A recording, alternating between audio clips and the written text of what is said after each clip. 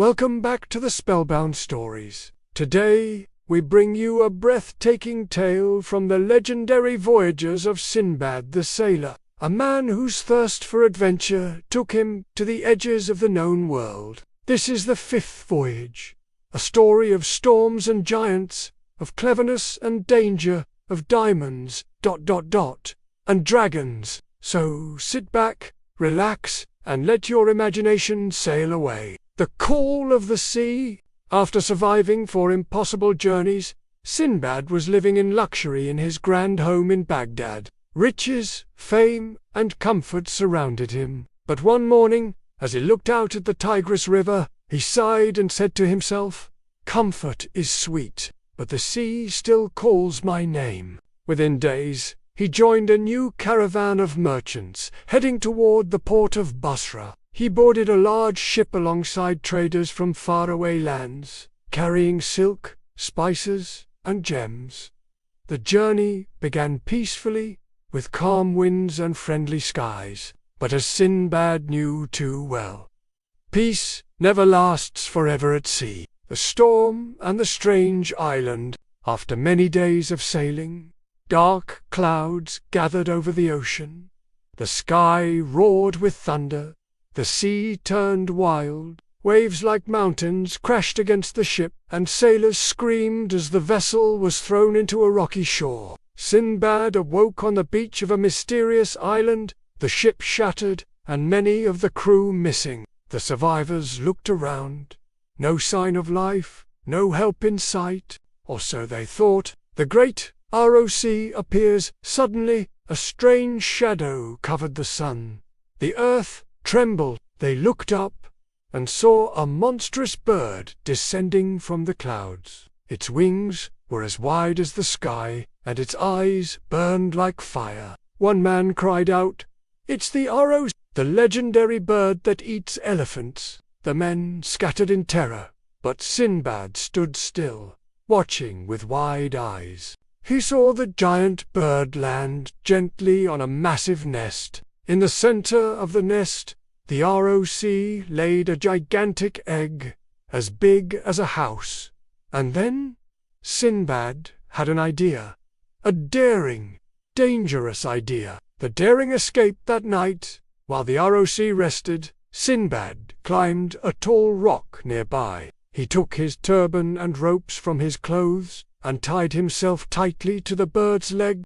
"If the ROC takes off," he whispered, "it might carry me to safety, or to my doom." At sunrise, the ROC spread its wings and soared into the sky.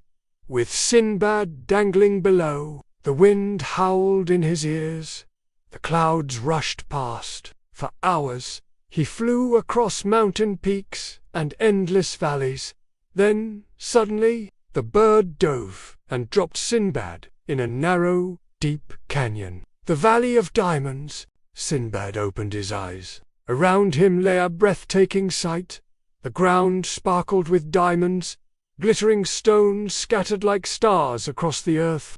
But there was danger. All around him slithered monstrous serpents, some longer than palm trees, with glowing red eyes and hissing tongues. They lived in the cracks and crevices of the Diamond Valley. Sinbad quickly hid beneath a large rock, his heart pounding. "How will I escape?"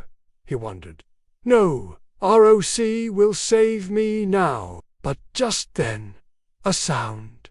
A strange sound from above. The meat trick at the top of the cliffs. Merchants were throwing large pieces of raw meat into the valley, because the diamonds would stick to the meat, and soon eagles would swoop down, grab the meat, and carry it back to their nests. There, the traders would chase off the birds and collect the gems. Sinbad's eyes lit up.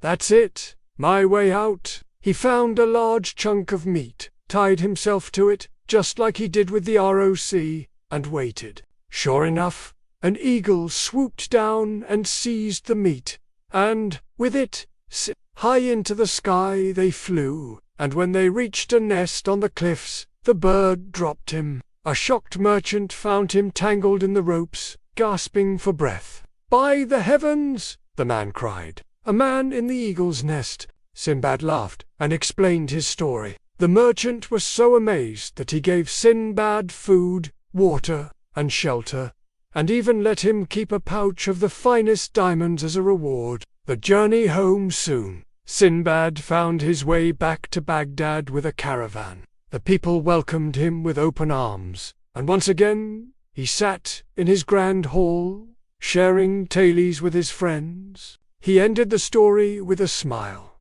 "In this voyage, I learned that when all roads are closed, a clever mind can still find a way out, even with snakes and giants at your heels." And that, my friends, was the 5th voyage of Sinbad the Sailor. A journey through storms, monsters, and the glittering danger of diamond valleys. If you enjoyed this magical adventure, don't forget to like, subscribe, and ring the bell for more spellbinding stories from across the world. Until next time, keep your heart brave and your dreams wild.